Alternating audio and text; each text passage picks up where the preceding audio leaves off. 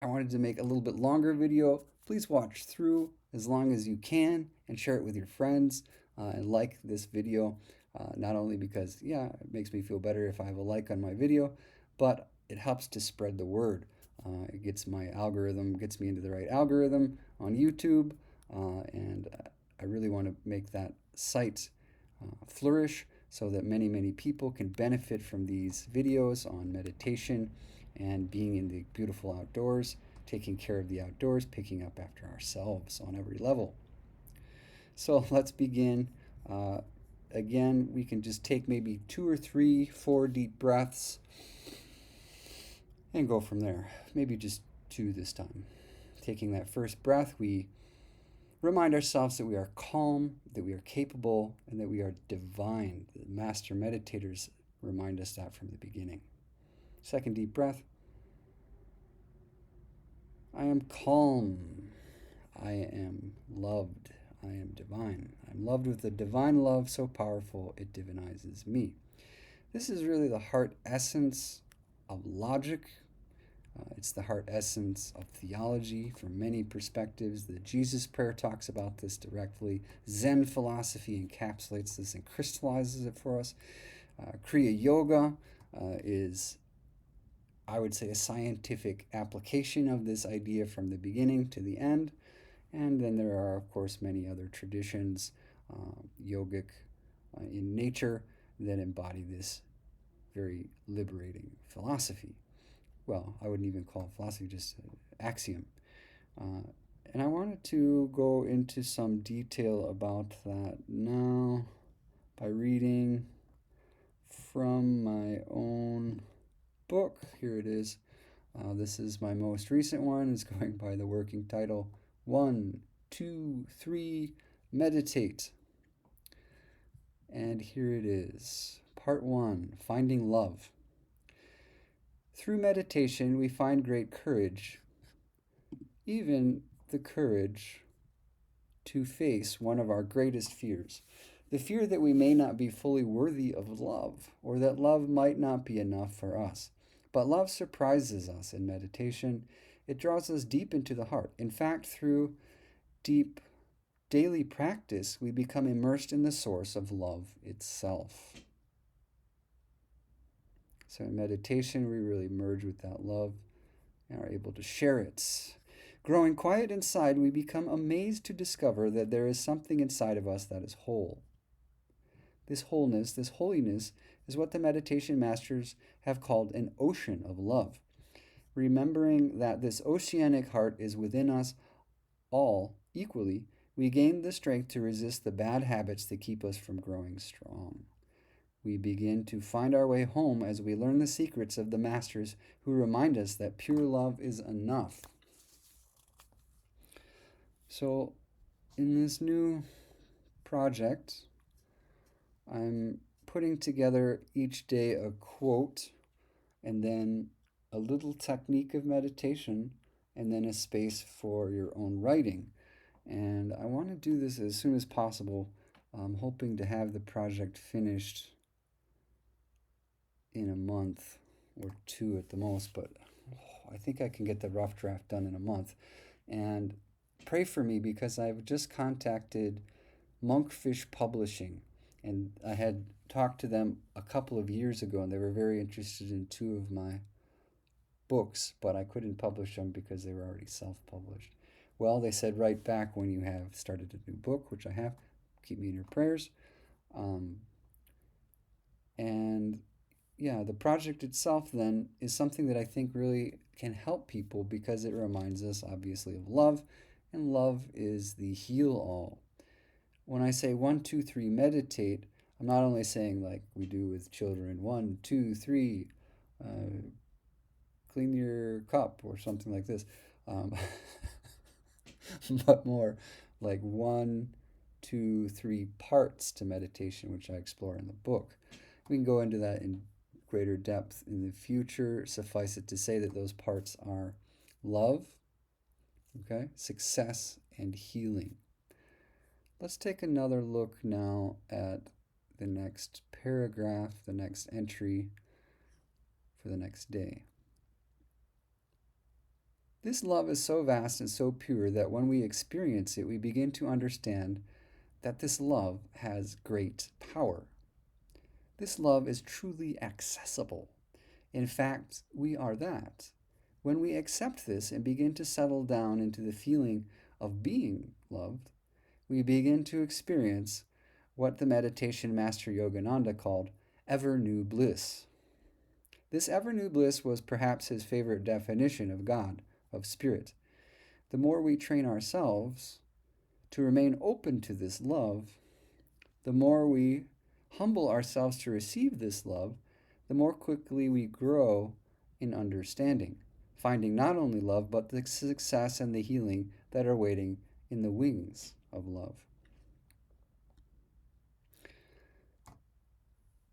So it's really a privilege to be able to talk about these things freely, and I'm grateful to you. I know that in some ways they seem to make us vulnerable or kind of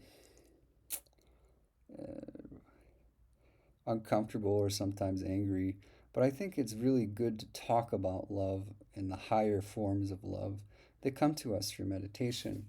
Um, I think for myself, when I first started to read about meditation, I was just enthralled by what I had learned because there were so many different characters, there were so many protagonists. It wasn't like most of the stuff where I read, there was a protagonist, there were antagonists, maybe there was a hero, there was a villain. And with this reading, I found there was saint after saint after saint. There was protagonist after protagonist after protagonist. And yet it was not boring because there was this sense of the intrepid behind what motivated these different saints to share in ways that were always unique. And I think it's that uniqueness that helps us champion our own particular cause. Let's take a look at the third paragraph. But this requires maturity, at least if we want the fullness of what is promised to us by the meditation masters. If we desire to feel this ever new bliss, if we desire to risk being truly vulnerable to divine love, then we must be willing to allow the hands of love to groom us for success, to ready us and mature us so that we will be awake when love comes to us. True love, divine love, is a many-faceted gem. It is a diamond that is full of brilliance and power.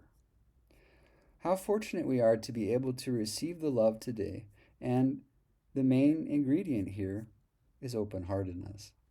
It is the willingness to be loved and then to share what we have received.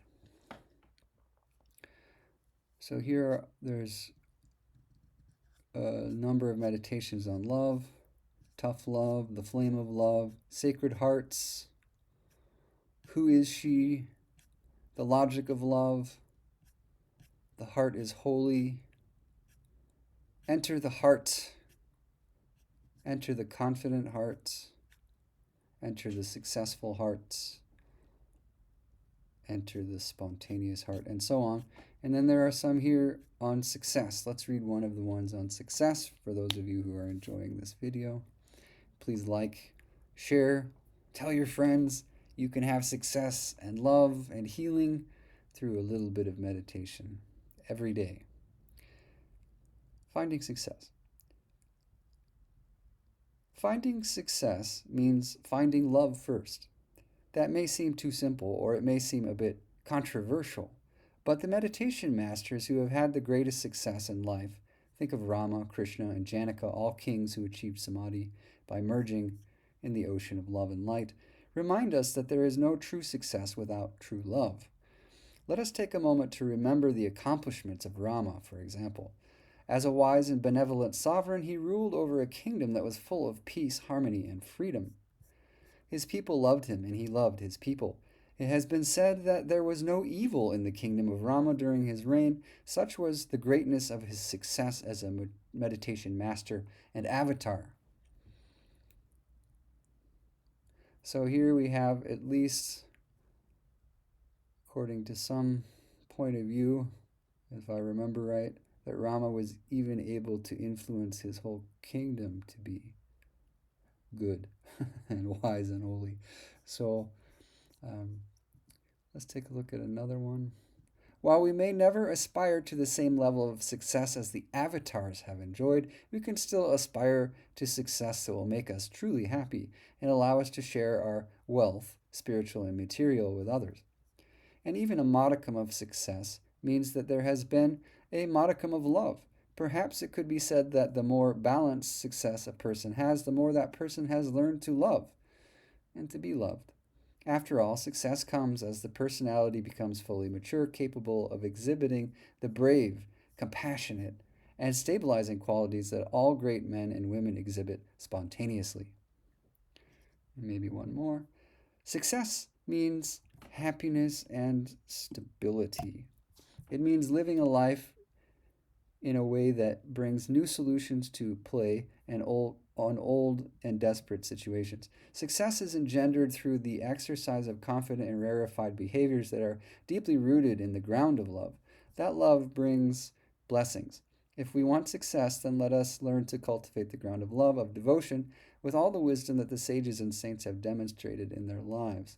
And let us remember that we too possess all that the most successful persons possess. It is just a question of realizing it. And I think that step by step, through meditation, through dialogue with others, through creative enterprise like making videos and writing and just going for walks, we can find really a tremendous amount of grace. Grace. I think that's enough, really, that grace that softens our hearts. And then here, maybe a couple, 3 paragraphs on healing, the 3rd section of the book. Love also helps us heal. It anoints us with a great power, a holy power that brings to us the solutions, the therapies that will eventually purify and perfect us if we give it a chance. And I think that's the main thing. Just give it a chance. Healing comes through bravely facing our bad habits of body and soul and daring to make the changes, little changes, that we know we must make, even if we have tried and failed to do the same many, many times before. Healing comes to us to allow that light of love to penetrate deeper into the darkest portions of our personality and behaviors, bringing fresh energy and divine peace where once only demons of error shrieked. There is a holy science behind this healing. There is a way for any soul to find the freedom and satisfaction he or she has long sought. Following the scientific principles of the sages and saints, we too will come to recognize these universal principles. We too will come to recognize these universal principles. And so we will be inspired to make the effort that is required to find healing of body, mind, and soul. In a way, all healing starts with the soul. When we soothe the soul through acts of loving kindness and sometimes through acts of tough love too, we will be able to foster the changes in our lifestyles that will free us from the addictions we have to substances, to food, and unhealthy behaviors. So I think those are obviously big questions and they take time and energy. But I really truly believe it's much simpler when we have a sounding board, a voice, a coach, and I'm a certified coach. I'm not coaching right now, but I could, I suppose, if people are interested. But I'm also working on this book. We'll see. Every soul I know is seeking healing on some level. We'll take a look at the 3rd paragraph. Every soul I know is seeking healing on some level, myself included. When we learn the soul science that is behind all healings and return to the source of love that is our real self and spirit all at once, we will be able to move the mountains of doubt and grief that keep us feeling scared and alone. But when we make the sincere effort to move beyond the realms of fear and delusion, we will remember that great love we have felt during meditation, and it will feed us on the manna of bliss. This is quite true. This is something I've experienced with every meditation. It will help us to understand that we belong to a different kind of life. We belong to a life of wholeness and healing. a life where miracles really do happen. Those are things I've seen in my own life, and I am really grateful for that. And I know those are things that are available to us all if we just stay open hearted, humble, loving. Namaste. I hope you've enjoyed this. I know I've talked a lot this time, but hey, when you spend 30 years in some kind of practice, you usually want to share at least 15 minutes of it towards 15 minutes a day of practice for all my friends. Namaste, Divine Souls.